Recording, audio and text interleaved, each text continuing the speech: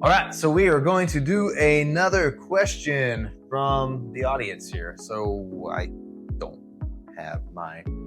Oh, there they are. Okay, well, that was weird, but let's go ahead and see what you have to ask today. All right, got that one. And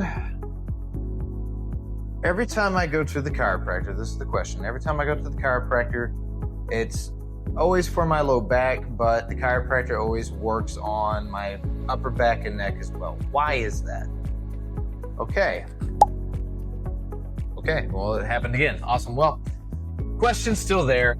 Whenever you go to a chiropractor and your low back's hurting you, the reason that we work on other areas is because that may not be where the pain's coming from. Low back pain doesn't always come from the low back.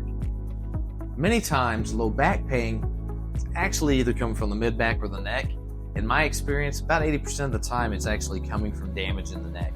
And the reason being, whenever you have head posture that goes forward, what's called text neck or forward head carriage, that tends to cause strain to the low back because your spine's a giant lever.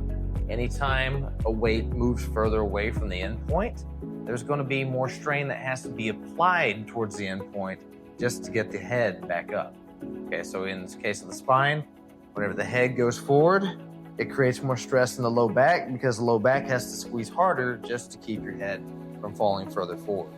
The other bit of this is you can have other issues in other areas that, even though the low back could be the cause, and that's where the issue really is, you have compensation patterns that come up and you need to correct those as well as the root cause of the pain. That way you don't have other issues come up and less likely to have that same issue come back. Now, again, it's a big chain. If you don't get all the kinks out, it's all going to come back, and usually it comes back quicker.